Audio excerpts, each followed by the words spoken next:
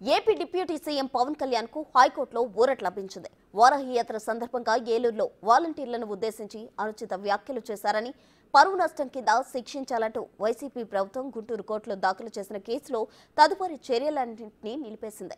ఫిర్యాదుదారు MS సిద్దిరాజుకు నోటీసులు ఇచ్చింది. ఇక విచారణను 4 వారాలకు వాయిదా వేసింది.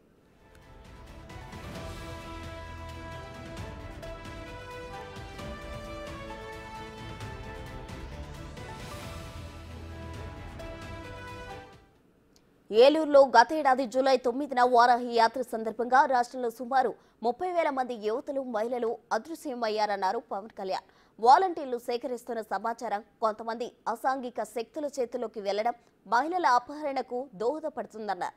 ఈ వ్యాఖ్యలపై వైసీపీ ప్రభుత్వం గుంటూరు న్యాయస్థానంలో ప్రైవేట్ క్రిమినల్ కేసు దాఖలు చేయగా కోర్టు విచారణకు స్వీకరించింది.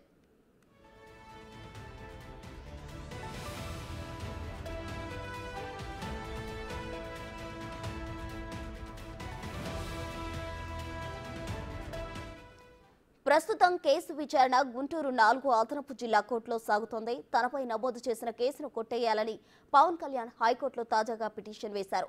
పిటిషనర్ తరపున సీనియర్ న్యాయవాది పోసాని వెంకటేశ్వర్లు వాదనలు వినిపించారు. పిటిషనర్ చేసిన వ్యాఖ్యలు రాష్ట్ర ప్రభుత్వ ప్రతిష్టకు భంగం కలిగించేలా లేవన్నారు. రాజకీయ కక్షతో అప్పటి ప్రభుత్వం తప్పుడు కేసు నమోదు చేసిందన్నారు. పిటిషనర్ పై దాఖలు చేసిన ప్రైవేట్ ఫిర్యాదు సుప్రీంకోర్టు ఇచ్చిన తీర్పునకు విరుద్ధమన్నారు.